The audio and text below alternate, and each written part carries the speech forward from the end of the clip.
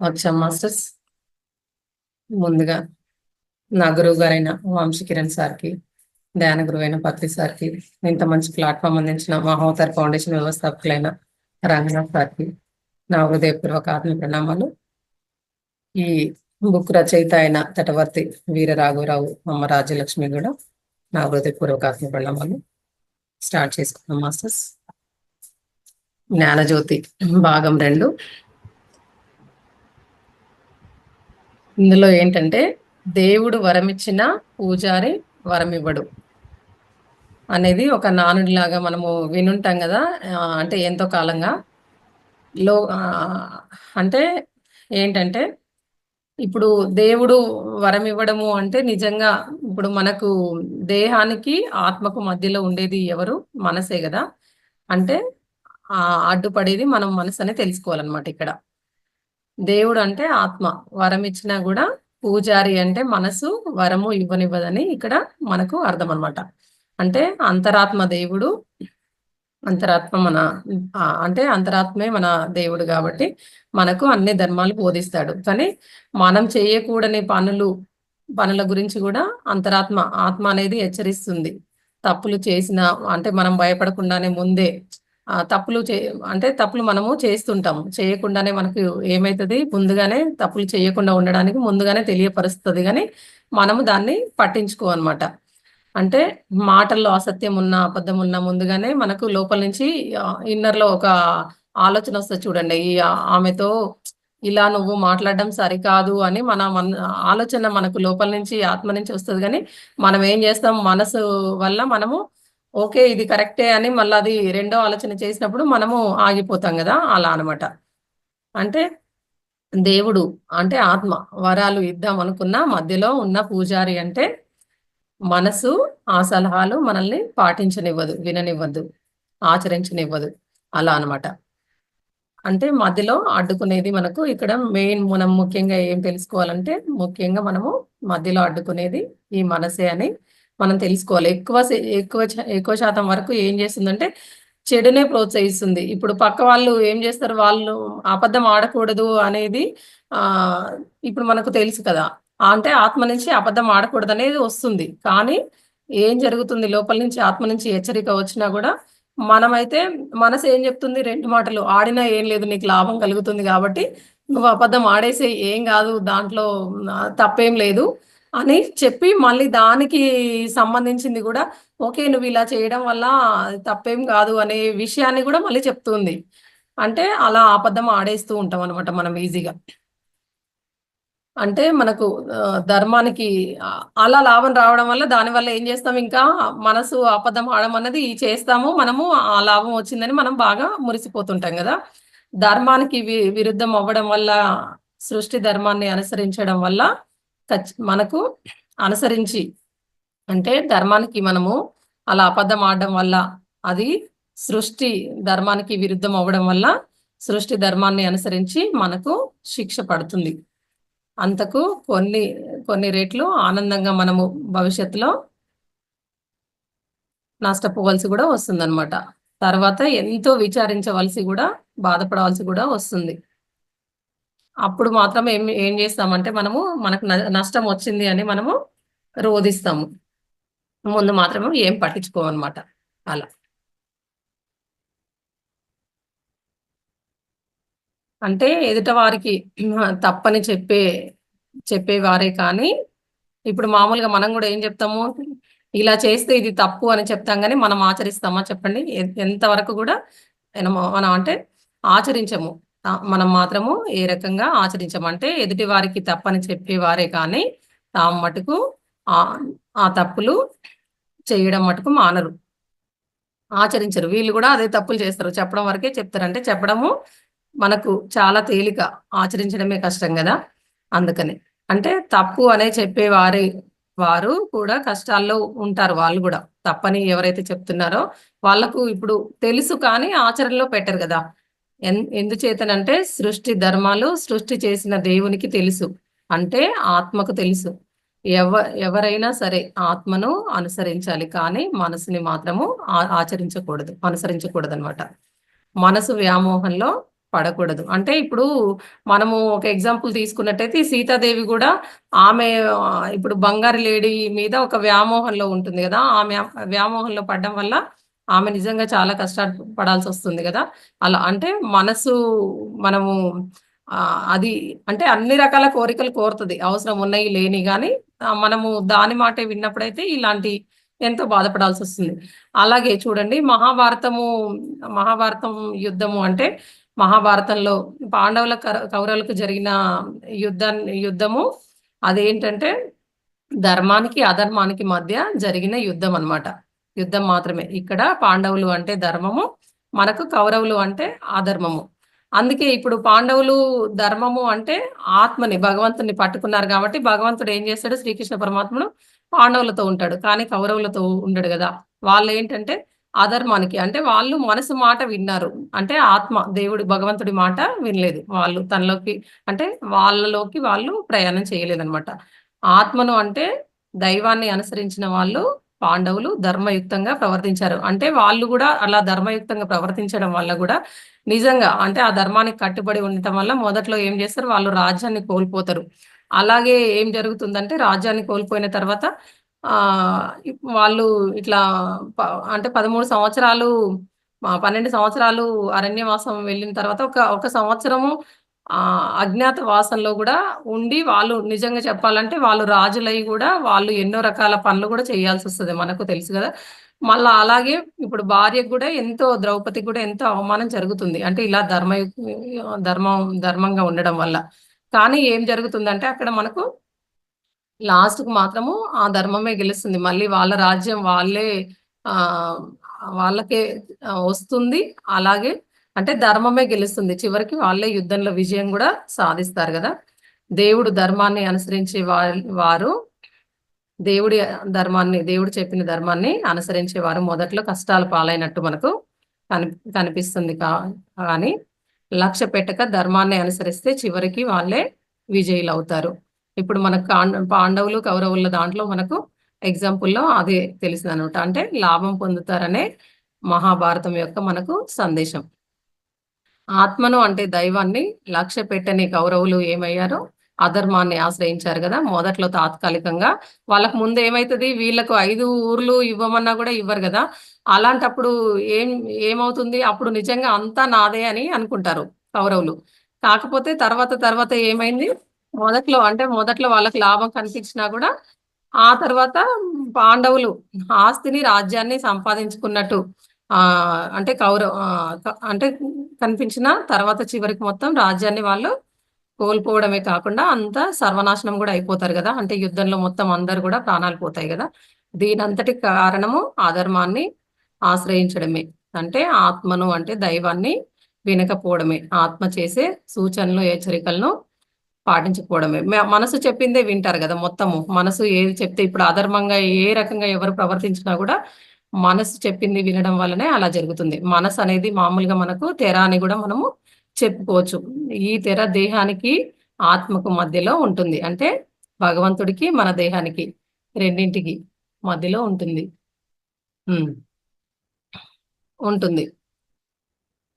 ఒక్క నిమిషం masters. Brown rice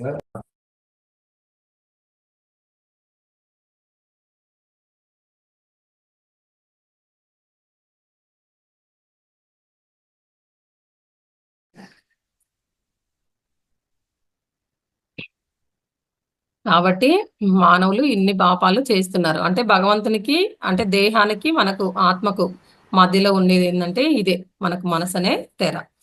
కాబట్టి ఇప్పుడు మామూలుగా చూడండి మనం గుడికి వెళ్ళామనుకోండి. గుడిలో భగవంతుడున్నాడు కాబట్టి ఆయన ముందు ఏం చేస్తాం చాలా పద్ధతిగా అలా అంటే మంచిగా ఉంటాము. లేదు భగవంతుడి నుంచి కొంచెం అదే గుడిలో కొంచెం సైడ్‌కొచ్చినా మనం చేసే పనులు నిజంగా వేరుగా ఉంటాయి. కొంచెం ప్రవర్తన అయినా అన్నీ గూడా. ఇంకా కొంచెము పక్కకొస్తే అసలు కంప్లీట్‌గా మారిపోతాయి గదా! అంటే అక్కడ వేరే వేరే రకంగా మనము ప్రవర్తిస్తూ ఉంటామనమాట. గుడిలో ఉన్నప్పుడు దేవుడు భగవంతుడు కనపడకపోతే మనం వేరే రకంగా ప్రవర్తిస్తాం గాబట్టి, అందుచేత ఈ మనసనే తెర అడ్డు తొలగాలంటే తొలగించుకునే మార్గం మాత్రం మనకు ధ్యానం ఒకటే. అందుచేత ధ్యానం చేయాలి మనము. ఈ పూజారి అనే అడ్డు మనము తొలగించుకోవాలి. ఇంకోటి ఏంటంటే ఇప్పుడు సైతాన్కు బానిస కాకండి అంటే చూడండి మనము మన సాంప్రదాయం అంటే ఒక్కొక్కరి సాంప్రదాయం ఒక్కొక్కలాగా ఉంటుంది కదా. దసరా టైంలో నిజంగా రావణాసురుడిని బొమ్మను పెట్టి ఏం చేస్తాం మనము, కాల్ చేస్తాము. ఇప్పుడు నిజంగా రావణాసురుడు రాక్షసుడా అంటే రాక్షసుడే. కానీ ఈ కాలంలో ఉన్నాడా రావణాసురుడు? లేడు గదా! అంటే రాక్షసుడు అంటే త్రేతాయుగ ఇప్పుడు ఆ యుగంలో ఉన్నాడు గానీ, ఈ యుగంలో లేడు. అయినా గూడా ఏం చేస్తున్నాం మనం ఇప్పటికి రావణాసురుడిని బొమ్మని ఏదైతే ఉందో దాన్ని కాల్చేసి మనం పండగ చేసుకొని మనం సంబరాలు చేసుకుంటున్నాం గదా! అంటే అన్ని మరి అన్ని కాలాల్లోనూ ఉన్నాడు రావణాసురుడు. ఈ కాలంలో గూడా ఉన్నాడు. కారణము ఎవరికైతే రాక్షస గుణాలు ఉంటాయో వాడే రావణాసురుడు.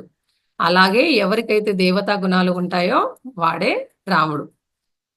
దుష్ట గుణాలే రాక్షసుడు. అంటే మంచి మంచి గుణాలే రాముడన్నట్టు. రాక్షసుడు చనిపోవాలంటే ప్రతి ఒక్కరిలో రాక్షస గుణాలు అనేవి పోవాలి. రావణాసురుడి బొమ్మను కాలిస్తే నిజంగా రాక్షస గుణాలు చావు. అంటే ఇప్పటికి ఇన్ని సార్లు కాలుస్తున్నాం కాబట్టి అందరిలో రాక్షస గుణాలు నిజంగా ఎప్పుడూ లేకుండా పోవాలన్నమాట.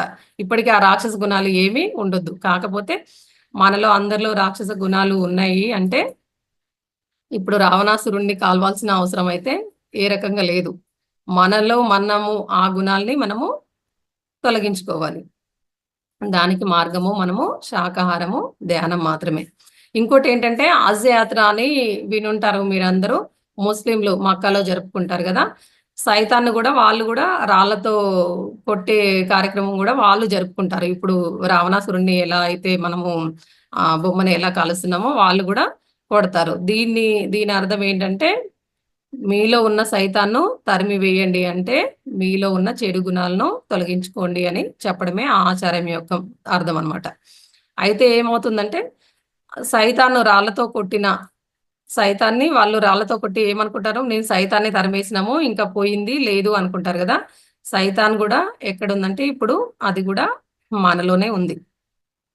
సైతాన్ అంటే ప్రతి ఒక్కరిలో ఉన్నటువంటి ఇప్పుడు మనం చెప్పుకున్నట్టు దుష్ట రాక్షస గుణాలు. దీన్నే ఖురాన్‌లో ఏమంటారంటే నఫ్సుల్ అమ్మారా అని అంటారనమాట. అయితే దుష్ట మనసు అని అర్థం అనమాట. దీనికి అర్థం ఏంటంటే దుష్ట మనసు అని అర్థం అనమాట. గుణాలు అంటే చెడు గుణాలు ఉన్న దుష్ట మనస్సు అంటాం దీన్ని మామూలుగా. అయితే రాక్షసుడెవరో, సైతానెవరో తెలుసుకోవాలి. వారి వల్ల మనము ఎలా పీడింపబడుతున్నామో గూడా మనము తెలుసుకోవాలి. వాళ్ళు లోకాన్ని పీడిస్తూ ఉంటారు. నరకాన్ని గూడా సృష్టిస్తారు. అంటే చూడండి నిజంగా జంతువుల్ని అలాంటి గుణాలు ఉన్నవాళ్ళు ఏం జేస్తారు? జంతువుల్ని బతకనివ్వరు మరి నిజంగా. ఏ ప్రాణిని గూడా స్వేచ్ఛగా ఉండదు. ఇప్పుడు జంతువులకు గూడా వాటి స్వేచ్ఛ వాటికుంది. కాకపోతే ఏం జేస్తాము? కోస్తాము, వాటి మాంసాన్ని తెచ్చుకుంటాము. అంటే నాలుక రుచి కోసం మనం వండుకొని తింటాం గదా! అలా. అందుచేత అంటే అలా దుష్ట గుణాలు ఉండడం వల్లనే అలా ప్రవర్తిస్తారనమాట. అందుచేత కొట్టవలసింది, చంపవలసింది దుష్ట గుణాల్ని మాత్రమే. ధ్యానం చేస్తే మనసు మనకు ఏమవుతుంది? మనకందరికి తెలుసు గదా! శుద్ధమవుతుంది. మనసులోని చెడు గుణాలన్నీ పోయి దుష్టత్వం పోతుంది. ఎలాంటి వారైనా మంచిగా మారుతారు. మంచి పనులు చేస్తారు. అందుచేత ధ్యానమే ధ్యానం చేసి సైతాన్ని ఇప్పుడు మనలో ఉన్న రాక్షసుల్ని మనము తరిమివేసే మార్గం ఉందని మనము తెలుసుకోవచ్చు. అంటే ధ్యానం చెయ్యొచ్చు. ప్రతి ఒక్కరు ధ్యానం చేయాలి. దుష్ట మనసుని ముస్లింలు, క్రిస్టియన్స్, బౌద్ధులు ఇలా హిందువులేమో ఏమంటారంటే మాయ అంటారు. బౌద్ధులు మారుడు అంటారు. అందుచేత సైతాన్ ప్రభావంలో ఉన్నారన్నా గూడా మారుడు ప్రభావం మాయలో పడి ఉన్నారన్నా గూడా ఒకటే అన్నమాట. మనుష్యానాం మానయేవ కారణం బంధ మోక్షః.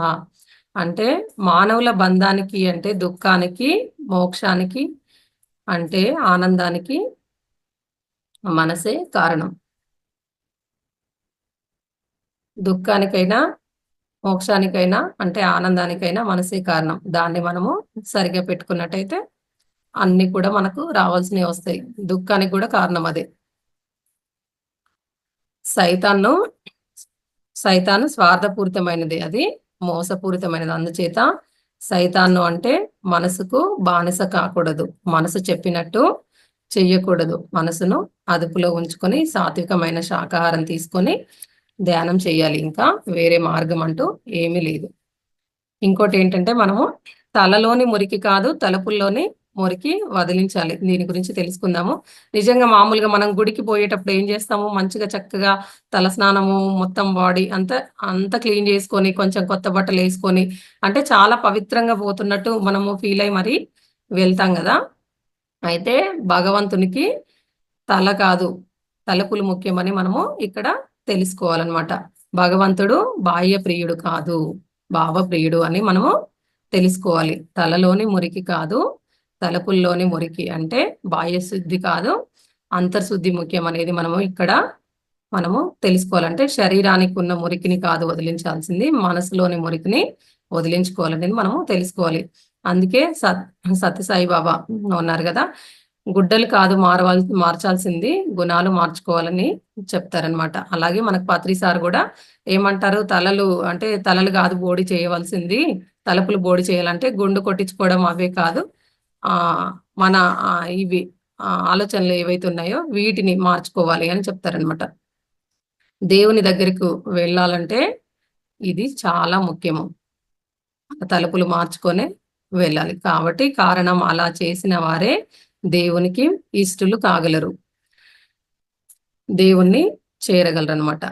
జీవితం వాళ్ళు కూడా అలా చేసిన వారు మాత్రమే జీవితం ధన్యం చేసుకోగలరు. అంటే తలుపుల్లోని మురికి పోవాలంటే మనం ఏం చేయాలంటే దానికి ధ్యానం ఒక్కటే మార్గం. అంతర్శుద్ధి ఉన్న వాళ్ళు పవిత్రంగా, అంతర్శుద్ధి ఉంటే ఏమైతారు, వాళ్ళు చాలా పవిత్రంగా జీవిస్తారు. తమ గురించి మాత్రమే ఆలోచిస్తారు, ఇతరుల గురించి. మామూలుగా చూడండి, మనం కూడా ధ్యానంలోకి రాకముందు ఎలా ఉండేవాళ్ళం, పక్కన వాళ్ళు వీళ్ళేం చేస్తున్నారు, వాళ్ళేం చేస్తున్నారు, లేకుంటే ఈమె ఇలా అన్నది అని అక్కడ విని పక్కామకు చెప్పడము, లేకుంటే మనమైనా ఊరికే అనుకోవడము అలా చేసేది. ఇప్పుడు ఎలా ఉంది, ఇతరుల దోషాలు చూడకుండా మన దోషాలే మనము సరి చేసుకుంటాం. అంటే మన గురించే మనము ఆలోచన చేస్తుంటాము, ప్రవర్తన మార్చుకుంటాము. అలాగే మనము ఏదైతే సత్యమో దాన్ని మనము ఆచరణలో కూడా పెడతాం కదా. అదే అంటే ఎంతసేపు మనము పవిత్రంగా జీవిస్తామన్నమాట. ఆఖరికి సాటి జీవుల్ని కూడా, జంతువుల్ని కూడా చంపము, మనము హింసించము. ఇప్పుడు నిజంగా ధ్యానంలోకి వచ్చిన మనం చేస్తున్నామా, చెయ్యం కదా. వాటి మాంసాన్ని కూడా మనము ఎట్టి పరిస్థితులు తినము. అంటే శాంతిగా జీవిస్తాము, ఆనందంగా మనం జీవిస్తాం. తద్వారా భగవంతునికి ఆనందం కలిగించిన వారమైతాం మనము. అందుచేత గుణాలు మార్చుకోవడం ముఖ్యం అనేది మనము ఇక్కడ తెలుసుకోవాలన్నమాట. అంటే తలలు బోడి చేసుకున్న వారు అంటే ఆలోచనలు వాళ్ళకు ఉండవు, వ్యామోహాలు కూడా ఉండవు. నిజంగా ఉంటుందా అహంకారము, నాది అనే మమకారము, నేనే ధనవంతుణ్ణి, లేకుంటే నాకు ఒక పెద్ద జాబ్ ఉంది, అంటే నేను రిచ్, అట్లా ఇట్లా ఫీల్ అవుతుంటాం కదా, అలాంటివి ఏమీ ఉండవు. అలాగే నా భార్య నాకు మాత్రమే సొంతము అంటే వాళ్ళ స్వేచ్ఛను కూడా తీసుకొని ఏమనుకుంటాము, నేను చెప్పినట్టే వినాలి, నా భార్య నాకే సొంతము, ఇలాంటివన్నీ ఉంటాయి కదా. అవన్నిటిపైన కూడా మమకారం అనేది ఉండదు. తలుపులు బోడి చేసిన వారికి ఇటువంటి కోరికల ఆశలు కూడా మనకు ఉండవు. ఉన్నదానితో తృప్తిగా జీవిస్తాము. అలాగే తృప్తి ఉన్నవారు ఏం చేస్తారు, నిజంగా ఏమీ ఆశించరు కదా, ఆశించరు, తీసుకోరు, ఇస్తారు. అలాగే సృష్టి ధర్మాలు కూడా పాటిస్తారు. అందుకనే మనము ఇక్కడ తలకు కాదు ప్రాముఖ్యం ఇవ్వాల్సింది, తలలోని తలుపులకు ప్రాముఖ్యం ఇవ్వాలనేది మనము ఇక్కడ తెలుసుకోవాలి. గుడికి వెళ్ళి కోరికలు కోరి రావడం కాదు, ఆ గుళ్ళోనే ఒక పక్కన కూర్చొని మనము ఇప్పుడు ధ్యానం చేయాలి. అప్పుడు మన జన్మ ఏమవుతుందంటే ధన్యం అవుతుంది. నిజంగా నేనైతే ఎక్కడికి వెళ్ళినా ఖచ్చితంగా గుడికి వెళ్తే భగవంతుని చూస్తా గానీ ఖచ్చితంగా ధ్యానం అయితే చేసే వస్తాను నేనైతే. అంటే ప్రతి ఒక్కరు కూడా అలా పాటించాలి. ఏదైనా వినడం కాదు మాస్టర్స్, ఆచరించాలి. అలాగే ఏంటంటే దేవుళ్ళు వాళ్ళ రూపాల గురించి తెలుసుకుందాము. దేవుళ్ళకు 4 రకాల రూపాలు ఉంటాయన్నమాట. ఒకటి సత్య రూపము, అసత్య రూపము, ప్రతిరూపము, ఊహా రూపము. దేవుళ్ళ సత్యరూపం మనము తెలుసుకున్నట్టయితే గనుక ముందు సత్యం అంటే ఏంటనేది మనము తెలుసుకోవాలి. మరి ఏది సత్యం అంటే నిత్యమైనదే సత్యము. ఏది నిత్యమైనదంటే శాశ్వతమైనదే. ఏది శాశ్వతమైనది అంటే ఎప్పుడూ ఉండేదే. ఎప్పుడు ఉండేది ఏంటి అంటే మార్పు చెందనిది. మార్పు చెందనిది ఏంటంటే కాలం మారినా, యుగాలు మారినా మార్పు చెందనిదే. అటువంటిది ఏదంటే అది ఒక్కటే. అదే ఆత్మ. అదే దైవం అన్నమాట. ఆత్మే సత్యం. దేవుని యొక్క సత్య రూపం ఆత్మ అని మనం ఇక్కడ తెలుసుకోవాలన్నమాట. అలాగే అసత్య రూపం తెలియాలంటే ముందు మనము అసత్యం అంటే ఏంటో తెలుసుకోవాలి. అంటే సత్యం కానిదే అసత్యం అనేది మనకు తెలుస్తూ ఉంది కదా! దేనికైతే సత్య లక్షణాలు ఉండవో దాన్నే మనము అసత్యం అంటాం అనమాట. సత్యం కానిది ఏది నిత్యం కానిదో, శాశ్వతం కానిదో, ప్రస్తుతం ఉండి తర్వాత ఉండదో అదే అసత్యము. దేవుళ్ళకు అలా ఎప్పుడూ శాశ్వతంగా ఉండని రూపం ఏది అంటే వారి దేహం. ఇప్పుడు శ్రీకృష్ణ పరమాత్ముడు దేహంతో ఉన్నప్పుడు ఉన్నాడు గదా! ఇప్పుడు ఆయనది మనము ఇప్పుడు ఈజీగా తెలుసుకోవాలంటే శ్రీకృష్ణ పరమాత్ముడి దేహం ఏదైతే ఉందో అది అసత్యము అన్నట్టు. మనకు కనిపించే, మనము చూడగలిగే దేహము ఆ దేవుళ్ళ యొక్క అసత్య రూపము. దేవుళ్ళ దేవుళ్ళు అసత్యమైన వారు మాత్రము కాదు. ఒకప్పుడు ఉండి అంటే ఒకప్పుడు ఉండి ఇంకొకప్పుడు లేకుండా అనేది ఉండరు. వాళ్ళు ఎప్పుడూ ఉంటూ ఉంటారనమాట. అందుచేత అసత్య రూపమైన దేహం వారు కాదు. అంటే ఇప్పుడు మనకు కొన్ని నేర్పించడానికి వాళ్ళు భూమి మీదకొస్తారు. మళ్ళీ ఆ దేహం వదిలేసి వెళ్ళిపోతారు గదా! అలా. కారణం దేవుళ్ళందరూ శాశ్వతమైన వారు. వాళ్ళకి చావు, పుట్టుకలంటూ ఏమీ ఉండవు. అంతకుముందు ఉన్నారు. దేహం ధరించినప్పుడు ఉన్నారు. దేహం వదిలిన తర్వాత గూడా వాళ్ళు ఉన్నారు. దేవుని యొక్క సత్య రూపమైన ఆత్మ ధరించిన తాత్కాలిక అసత్య రూపమే దేహం. వీరంతా అసత్య రూపమైన దేహాన్ని ఎందుకు ధరించారంటే అదే మనకు ఇప్పుడు చెప్పినాను కదా నేను అలాగా. పరిత్రాణాయ సాధూనాం వినాశాయ చతుష్కృతాం ధర్మ సంస్థాపనార్థాయ సంభవామి యుగే యుగే. అంటే సాధు సజ్జనులని సంరక్షించడానికి, దుష్టులను వినాశనం చేయడానికి, ధర్మాన్ని స్థాపించడానికి నేను ప్రతి యుగమున జన్మించుచున్నాను. వారు లోక కళ్యాణం కోసము అదే లో లోకంలో ధనాన్ని స్థాపించడానికి అలా అసత్యమైన దేహాన్ని ధరించి ధర్మాన్ని స్థాపించడానికి అలా అసత్యమైన దేహాన్ని ధరించి దేహదారులయ్యారు.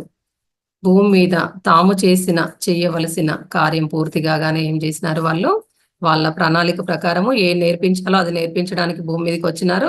ఆ ప్రణాళిక కంప్లీట్ అవ్వగానే వాళ్ళు వెళ్ళిపోవడం అనేది జరిగింది. అందుచేత తెలుసుకోండి, దేహం అన్నది వారు లోక కళ్యాణం కోసం తాత్కాలికంగా ధరించిన ఆ శాశ్వత రూపం మాత్రమే.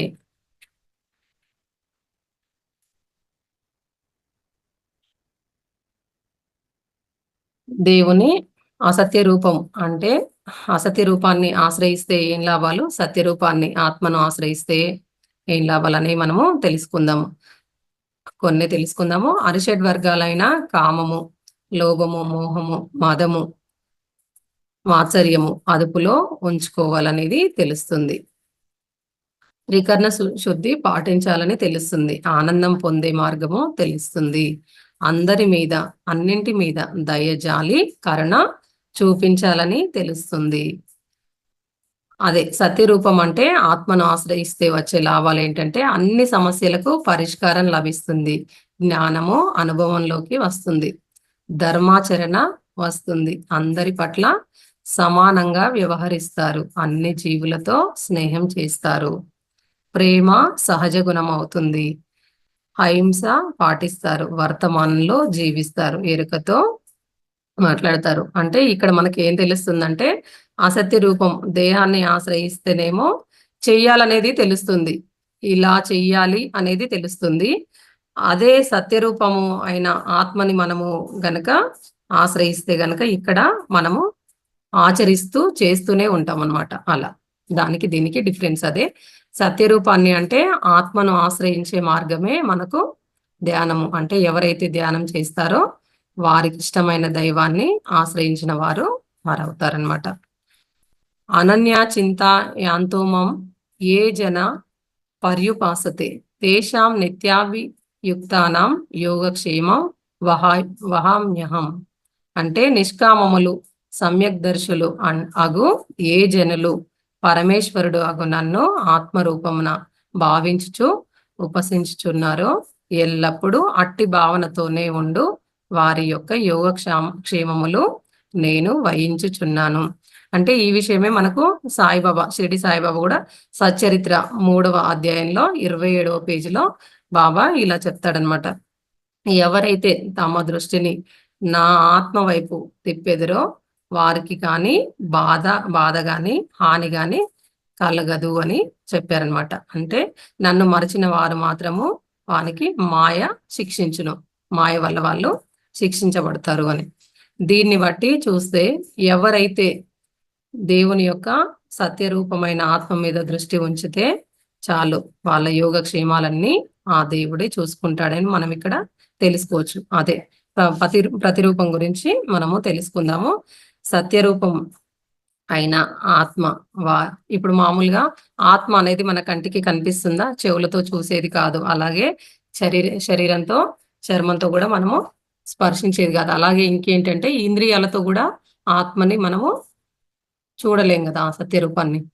అందుకే ఆత్మే దైవం అని ఎవ్వరికి కూడా తెలియక, ఒకవేళ తెలిసిన ఆత్మని ఎలా ఆశ్రయించాలనే పద్ధతి కూడా ఎవరికి తెలియదు. ఇంతకాలం మనకు కూడా తెలియలేదు కదా. అలా అసత్య రూపమైన దేహం కూడా ఆ దేవుళ్ళు త్యజించడం వల్ల ఆ దేవుళ్ళను ఆశ్రయించడము మనకు సాధ్యం కాదు కదా. నిజంగా అసత్య రూపమైన దేహానికి ప్రతిగా మరొక రూపాన్ని వారు తయారు చేసుకుంటారు. అంటే దేవుడి విగ్రహం కానీ ఫోటో కానీ మనం పెట్టుకుంటాం కదా, అదనమాట. ఆ ప్రతిరూపమే నిజంగా ఆ దేవుడి యొక్క రూపం అనుకుంటాం అనమాట. ఆ ప్రతిరూపాన్ని మనం ఏం చేస్తాము, పూజ చేయడము, భజనలు, ఆరతులు ఇవ్వడం, కొన్ని కోరికలు కోరడము, అలా. అంటే అంటే మన భారం అంతా కూడా ఆ విగ్రహం ఏదైతే ఉందో ఆ విగ్రహం పైనే మనము ఉంచుతాం కదా. అలా రూపాన్ని ఆశ్రయించినప్పుడు కలిగే ఫలితము ప్రతిరూపాన్ని ఆశ్రయిస్తే నిజంగా కలగదు కదా.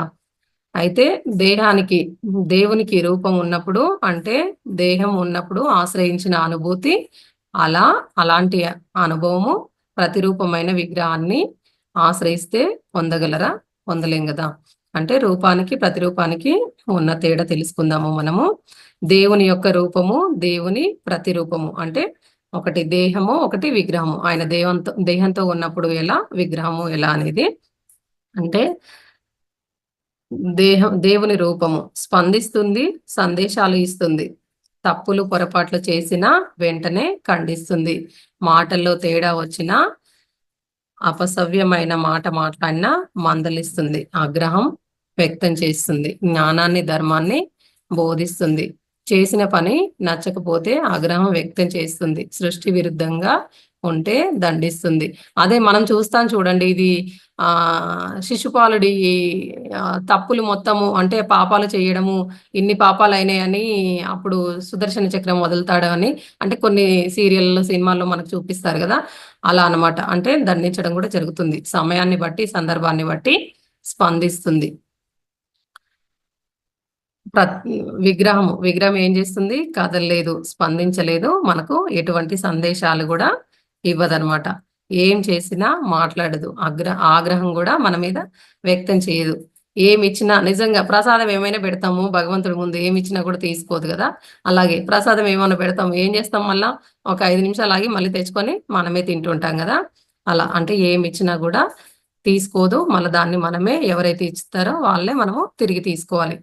అంటే ఎవరేం చేసినా కూడా మాట్లాడదనమాట. ఏం చేసినా ఓపికగా వింటుంది. మనం ఏం మాట్లాడినా, ఎంతసేపు చేసినా, పూజ మధ్యాహ్నము, పొద్దున, నైటు, అంటే ఏ టైంలో మనకు టైంతో సంబంధం లేకుండా గుడి ఓపెన్ ఉంటే మాత్రం 24 అవర్స్ అయినా మనము, అంటే మనకు టైం, ఓపిక అన్నీ ఉంటే పోగలుగుతాం కదా. అంటే ఎప్పుడు ఏం చేసినా కూడా ఆ విగ్రహం కాబట్టి మనల్ని ఏ రకంగా కూడా ఏం డిస్టర్బ్ ఏం ఉండదనమాట. భజన, పూజ ఇలాంటివి ఏం చేసినా కూడా. అయితే ఊహారూపం గురించి తెలుసుకుందాము. ఇదేంటంటే చాలా మంది దేవుళ్ళు లక్షల సంవత్సరాల కింద జన్మ తీసుకొని ఉంటారు కదా. నిజంగా అంటే అన్ని అప్పుడు ఏమైతే మన నిజంగా కెమెరాలు, వీడియోస్ ఇట్లా మనకు ఇప్పుడు ఏదైతే దిగుతున్నామో ఫొటోస్, ఇలాంటివి ఏం కెమెరాస్ కూడా లేవు కదా. కాబట్టి లేకపోవడం వల్ల, యుగాలు మారడం వల్ల, వారిని చూసిన వారు నిజంగా ఎవరు లేకపోవడం వల్ల, పండితులు ఎవరైతే ఇప్పుడు ఉన్నారో మామూలుగా ఇవన్నీ రాస్తారు కదా, రామాయణము ఇలాంటివి. అంటే ఆ భగవంతుడి శక్తులు ఏవైతే ఉన్నాయో ఆ శక్తులు ఆ శక్తులకు అనుగుణంగా వారి ప్రతిబింబం ఇలా ఉంటుంది అని ఊహించి తయారు చేయడమే జరిగిందనమాట. అంటే ప్రతి ఒక్క దేవుడి రూపాన్ని కూడా అలా ఊహారూపాలుగా చేయడమే జరిగిందనమాట, ప్రతి ఒక్క విగ్రహాన్ని. అంటే మామూలుగా చూడండి, ఇప్పుడు రాముడు, కృష్ణుడు గురించి మనం తెలుసుకున్నట్టయితే రాముడికి బాణం ఉంటుంది, బాణం కనిపిస్తుంది. అలాగే సీతామాత, లక్ష్మణుడు ఉంటారు. వాళ్ళిద్దరూ గనక పక్కన లేకపోతే నిజంగా ఆయనను రాముడని మనము ఆ విగ్రహాన్ని చూసి కూడా మనం గుర్తుపట్టలేకపోతాం.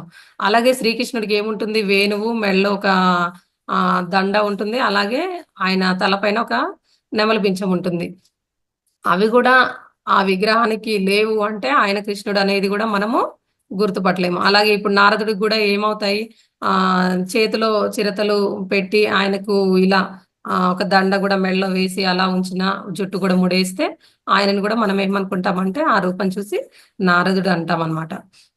అయితే మామూలు ఒక సినిమాలో ఒక్కో వ్యక్తి ఏం చేస్తాడు, ఒక సినిమాలో రాముడిలాగా, ఒక సినిమాలో కృష్ణుడిలాగా, ఒక సినిమాలో మనకు నారదుడిలాగా, అంటే రకరకాలుగా అక్కడ చూసి మనము వాళ్ళని ఓకే ఇది ఈ ఈ దేవుడి యొక్క రూపము, ఈ దేవుడు అని మనము అలా చూసి మనము గుర్తిస్తాం కదా. అయితే ఇక్కడ ఇంతకు మనము అంటే అలంకారాల వల్లనే మనము గుర్తుపడుతున్నాం కదా. అయితే ఇంతకు మనం పూజించవలసింది దేవుణ్ణ, అలంకారాలన?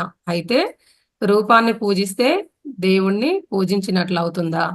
కానీ పూజించినట్లు అవుతుంది. కానీ అలంకారాలని పూజిస్తే దేవుణ్ణి పూజించినట్టు ఎలా అవుతుంది? ఇంతకు దీనికి ప్రాముఖ్యం దేనికి ప్రాముఖ్యం ఇవ్వాలి మనం ఇక్కడ? అలంకారానిక, లేకుంటే ఆయన యొక్క రూపానిక? అంటే ఏదో ఒక రూపానికి అలంకారాలు తగిలిస్తే అసలు ఆయన దేవుడైపోడు. రూపానికి అలంకారాలు తగిలిద్దామన్నా దేవుని అసలు రూపం నిజంగా చెప్పాలంటే అప్పుడు చూసిన వాళ్ళు ఎవరు లేరు కాబట్టి ఎవరికి ఆ రూపం తెలియదు, ఎవరు చూడలేదు కదా. అందుకనే ఆయన అసలు ఎలా ఉంటాడో తెలియకుండా, చూడకుండా మనము ఆరాధిస్తే ఆయన్ని ఆరాధించినట్టు కూడా అవ్వదు కదా. అలా అనమాట. దేహానికి ప్రతిరూపమైన విగ్రహం కూడా వారు కాదు కదా. అంటే వారి రూపమే కాదు అనుకుంటున్నాము, ఆ ప్రతిరూపం కూడా నిజంగా భగవంతుడు కాదు కదా. అంటే ఇప్పుడు ఆయన లేరు కదా దేహంతోటి. రూపం అంటే దేహం కూడా వారు కాదు. కారణము వారికి ఎటువంటి అంటే దేహం కూడా వారు కాదు, రూపం కూడా వారు కాదు. వారు మెయిన్ ముఖ్యంగా తెలుసుకోవాలంటే భగవంతులు ఎవరైనా చైతన్య స్వరూపులు. దేవుళ్ళకు మనము ఇందాక తెలుసుకున్నాం కదా, చావు పుట్టుకలు లేకుండా వాళ్ళు శాశ్వతంగా ఉంటారనమాట. కనిపించే రూపము వారు లోక కళ్యాణం కోసం తాత్కాలిక తెచ్చుకున్నదే అనమాట. ఏ అసత్య రూపాన్ని కానీ, ప్రతిరూపాన్ని కానీ, ఊహా రూపాన్ని కానీ ఆరాధించిన వారిని ఆరాధించినట్టు మాత్రం కాదు. సత్యరూపమైన ఆత్మని ఆరాధిస్తేనే వారిని ఆరాధించినట్టు అవుతుంది. ఆత్మారాధన చెయ్యండి. మరి ఆత్మ ఎక్కడ ఉంది అంటే ప్రతి ఒక్కరిలో, మీలో, నాలో, ప్రతి ఒక్కరిలో కూడా ఉంది ఆత్మ. అలా ఆత్మని, దేవుణ్ణి ఆరాధించాలంటే మన లోపలికి మనం వెళ్ళి అంతర్ముఖలం అవ్వాలి. దానికి ఒకటే మార్గం ఏంటంటే శ్వాస మీద ధ్యాస. ఎవరైతే ధ్యానం చేస్తారో దేవుణ్ణి ఆరాధించిన వారు అవుతారు. దుఃఖం నుంచి నిజం చెప్పాలంటే ధ్యానం చేసిన వాళ్ళే శాశ్వతంగా బయటపడగలుగుతారు. అంటే సత్యాన్ని మనం తెలుసుకుంటాం కాబట్టి ఆ దుఃఖరహిత స్థితికి వెళ్తాము. సత్యాన్ని చెప్పడానికి ఆంజనేయ స్వామి కూడా మనకి ఏం చేస్తాడంటే తన హృదయాన్ని చీల్చి మరీ చూపిస్తాడు కదా, నా హృదయంలోనే రాముడు ఉన్నాడని. అంటే ప్రతి ఒక్కరిలో కూడా ఉన్న ఆత్మరాముణ్ణి తెలుసుకోవాలని ఆయన కూడా ప్రపంచానికి అలా చాటి చెప్పినాడు అనమాట మనకు. అందుకే ఆంజనేయ స్వామి లాగా మనం కూడా ధ్యానం చేసి మనకిష్టమైన దేవుణ్ణి మనము ధ్యానిద్దాం. ధ్యానం వల్లనే జ్ఞానము, జ్ఞానం వల్లనే ముక్తి. పేరులో ఉందా, భావంలో ఉందా, దేని గురించి తెలుసుకుందాము. మామూలుగా చూడండి, చాలా మంది ఏం చేస్తారు, దేవుడి నామాన్ని స్మరిస్తూ ఆయన భజనలు, ఇంకా ఆయన పేరునే తలుచుకున్నాం అనుకుంటారు. ఇంకోటేంటంటే అలా స్మరించడం వల్ల ఆయన విని వాళ్ళ మొర ఏదైతే ఉందో ఆలకిస్తాడు అని కోరికలు గూడా తీరుస్తాడని, అంటే వాళ్ళ కష్టాలను గూడా పట్టించుకుంటాడని వాళ్ళు భావిస్తారనమాట. ఆ దేవుళ్ళ పేర్లు మామూలుగా దేవుళ్ళ పేర్లు ఎంతో మంది పెట్టుకుంటారు గదా! ఇప్పుడు మనం పిల్లలకు పెడతాము, మనం పెట్టుకుంటాము. ప్రతి ఒక్కరు ఇలా పెట్టుకుంటూనే ఉంటారు. అంటే ఇప్పుడు మామూలుగా అంటే అలాంటి వాళ్ళలో నిజం జెప్పాలంటే అందరూ ఇప్పుడు భగవంతుడిలాగే అందరూ సత్యంగా ధర్మంగా ఉన్న వాళ్ళే ఉండరు గదా! వాళ్ళ దుష్టులు, దుర్మార్గులు గూడా ఉంటారు. ఇప్పుడు వీరు అంటే మనము ఎవరిని తలుచుకున్నట్టు, దేవుడిని తలుచుకున్నట్టు ఎలా అవుతుంది? ఆ పేరుతో నిజం జెప్పాలంటే ఎవ్వరు లేకపోతే అప్పుడు ఆయన్ని తలుచుకున్నట్టు అవుతుంది గానీ, అంతమందిలో మనము ఇంతమంది ఒకటే రాముడు పేరుందనుకోండి ఎంతో మంది పెట్టుకుంటారు గదా! అయితే నిజంగా ఆ రాముడు గూడా ఉన్నాడు. కానీ ఏ రూపంలో ఉన్నాడాయన? ఆత్మ రూపంలో ఉన్నాడు. అలాగే పేర్లు పెట్టుకున్న వారు గూడా ఆత్మలే కదా! అని మనకు ఇంకో డౌట్ గూడొస్తుంది. వీళ్ళు గూడా ఆత్మలే గదా! మరి ఆయన ఆత్మ రూపంలో ఉన్నాడు. అంటే మరి ఏ రాముని తలుచుకున్నట్టు అంటే ఆయన రూపాన్ని తలుచుకుంటూ స్మరిస్తున్నానని అనవచ్చు కానీ, ఆయన ఎలా ఉంటాడో మనకు తెలియదు. తెలియకుండా ఆయనని ఊహించుకుంటూ మనము ఎలా తలుచుకోలేం గదా! మామూలుగా చూడండి మనకు ఇప్పుడు ఆహ్, ఇందులోనే ఎవరైనా పేరు వినుంటాము ఎవరి ద్వారానన్నా. లేదు వాళ్ళని నాకు తెలియదు. నేను ఎలా ఆ రూపాన్ని ఊహించుకుంటాము అంటే, మనకు గూడా ఇప్పుడు రిలేటివ్స్‌లో గూడా వీళ్ళు ఉన్నారట అని మన వాళ్ళు చెప్తూ ఉంటారు గానీ, వాళ్ళని మనం మనిషిని చూడకుండా ఎలా ఊహించుకోలేం గదా! అలా అన్నమాట. అందుకే ఆయన శాశ్వతం కాని అసత్య రూపాన్ని, ఆ ఊహా రూపాన్ని ఆశ్రయించడం ఎందుకు? ఆయన సత్యమైన, సత్యరూపమైన ఆత్మనే ఆశ్రయిద్దాం మనం. ఆత్మ ఎక్కడ ఉంది అంటే, రాముడు ఎక్కడ ఉన్నాడు? ప్రతి ఒక్కరిలో రాముడున్నాడు. ఇందాకే చెప్పుకున్నాం గదా! ఆంజనేయ స్వామి కూడా మనకు అది చెప్పారు హృదయాన్ని చీల్చని అలా. అంటే తనలో రాముడిని చూపించడమే కాదు, తనలో ఉన్న ఆత్మ రాముని మీద ఆయన దృష్టి పెట్టాలి, ధ్యానం చేయాలి అనేది అంటే ఆంజనేయ స్వామి ఆచరించాడు. మనల్ని గూడా ఆచరించమని చెప్పినాడు అలాగే. అయితే దేవుని యొక్క ప్రత్యక్ష సాధన, పరోక్ష సాధన. దేవుని ప్రతిరూపం మీద దృష్టి ఉంచితే దాన్నేమంటామంటే మనము పూజ. దేవుణ్ణి కీర్తిస్తే ఏమంటాము? స్తోత్రం. నామాన్ని స్మరించిన దాన్ని జపం అంటామనమాట. సాక్షాత్ దేవునితో ఉంటే దాన్ని ధ్యానం అంటాం. 3 పరోక్ష సాధనలు. ఇది మాత్రము ప్రత్యక్ష సాధన అయిన ధ్యాన సాధనతో దేవుణ్ణి మనము ప్రత్యక్షం చేసుకోగలం. అయితే మామూలుగా చూడండి ఇప్పుడు భార్య ఊరెళ్ళిందనుకోండి. ఆ భర్త ఆమె ఫోటోని లేదు అలా ఆ ఫోటోతోటే ఉన్నాడనుకోండి నిజంగా అంటే ఆమెను తలుచుకున్న, స్తుతించిన నిజంగా ఆమె అక్కడి నుంచి సరే వస్తుంది కానీ ఆ అనుభూతి అనేది ఆయన చెందడు గదా! ఆ ప్రేమ అంటే ఆమెతోటి డైరెక్ట్ ఉన్నప్పుడు ఎలా గడిపిండో అదంతా అనుభూతి చెందడు గదా! అలా. అంటే మామూలుగా చూడండి ఇప్పుడు ఎవరైనా చనిపోతే ఇంట్లో గూడా ఫోటో పెట్టుకొని అలా ఉంటూ ఉంటాం. కానీ నిజంగా ఆ ఫోటో పెట్టుకొని ఉంటాము. వాళ్ళ గుర్తుగా పెట్టుకుంటాం గానీ నిజంగా వాళ్ళు అక్కడ ఉండరు గదా! అంటే వాళ్ళ దేహము లేదు, అక్కడ ఆత్మ లేదు. 2 లేవు. కాకపోతే ఆ ఫోటో గుర్తుగా పెట్టుకుంటాము. గుర్తుగా పెట్టుకొని వాళ్ళ గురించే ఆలోచిస్తూ, వాళ్ళ గురించే మాట్లాడుతూ అంటే వాళ్ళతో ఇప్పుడు బతికున్నప్పుడు ఎలా గడుపుతామో అలా నిజంగా గడపగలుగుతామా? గడపలేం గదా! ఎంతసేపటికి అలా ఉంటాం గానీ, నిజంగా అటువంటి అనుభూతి మనము చెందం. దానివల్ల ఏం జరుగుతుంది? అలా పక్కన పెట్టుకోవడం వల్ల, ఊరికే చూడడం, వాళ్ళతోటే ఆ ఫోటోతోటే గడిపినప్పుడు ఇంకా దుఃఖం అనేది ఎక్కువ మనకు కలుగుతుంది. ఆనందం అనేది గూడా ఉండదు. అందుకే భగవంతుని విషయంలో కూడా మనము భగవంతునితో ఉండే అనుభూతి, ఆనందము ఆయన బొమ్మతోటి రాదు. అంటే ఆయన ఫోటోతి గాని, విగ్రహంతోటి గూడా రాదు అనేది తెలుసుకోవాలి. స్తుతిస్తే, తలుసుకుంటే గూడా ఏ ఏ రకంగా రాదు. అంటే ఎన్ని సంవత్సరాలు పూజలు చేసినా, స్తోత్రాలు చేసినా, పాటలు పాడినా, మంత్రరూపకంగా జపించిన దేవుడు ఇంకా ప్రత్యక్షం కాలేదు అంటారు. అంటే మామూలుగా చూడండి ఇప్పుడు ఏసీ ఉన్న రూమ్‌లోకెళ్తాము. ఏసీ ఉన్న రూమ్‌లోకెళ్తే అక్కడ చల్లదనాన్ని మనము లోపలికెళ్తేనే ఎక్స్‌పీరియన్స్ చేస్తాం గానీ, బయట ఉండి, లేకుంటే వెళ్ళినా గూడా ఇప్పుడు ఇలా చల్లగా ఉంది అనేది ఒకరికి మనము అంటే అనుభూతి చెందితేనే మనము వాళ్ళు గూడా అనుభూతి చెందాల్సిందే. చెప్తే వాళ్ళకు ఏ రకంగా అర్థం గాదు గదా! అంటే చల్లదనాన్ని మనము చూపించలేం గదా! ఇలా ఉంది చల్లదనము అనేది. అంటే ఇది గూడా అనుభూతి చెందవలసిందే స్వయంగా.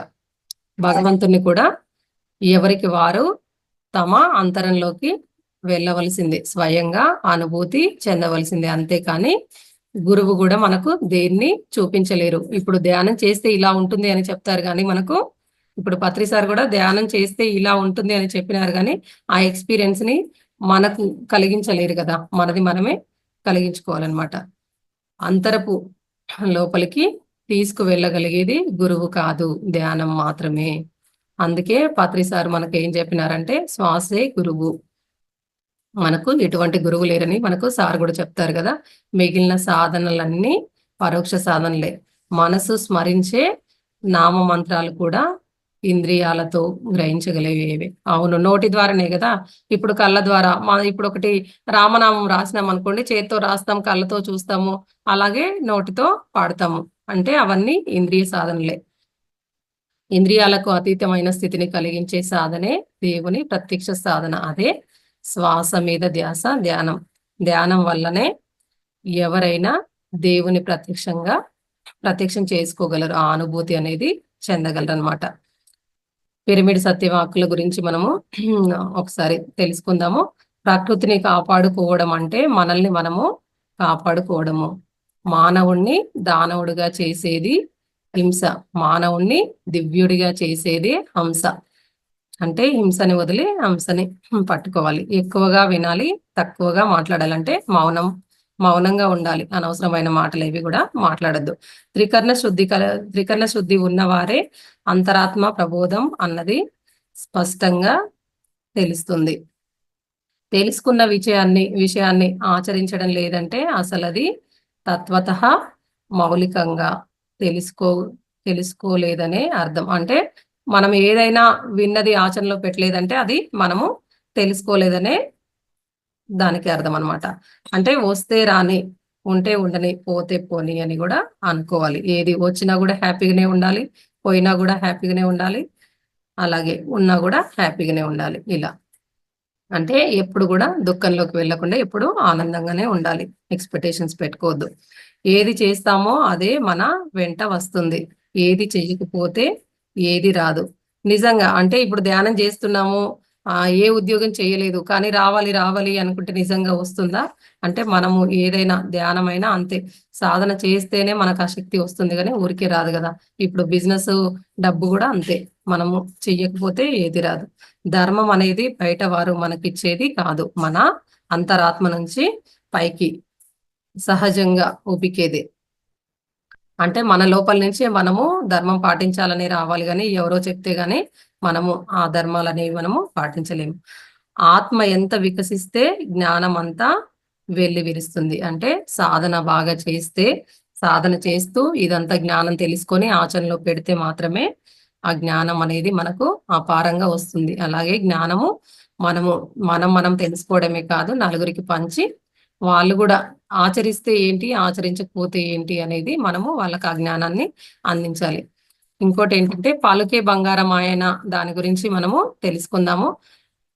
అంటే భగవంతునికి పేరు లేదు కాబట్టి ఏ పేరుతో పిలిచినా ఆయన పలుకుతాడని ఇప్పుడు మనకు గూడా ఒక డౌట్ రావచ్చు. ఆయనకు పేరంటూ ఏమీ లేదు గదా! ఇప్పుడు ఏ పేరు పెట్టినా పిలుస్తాడని.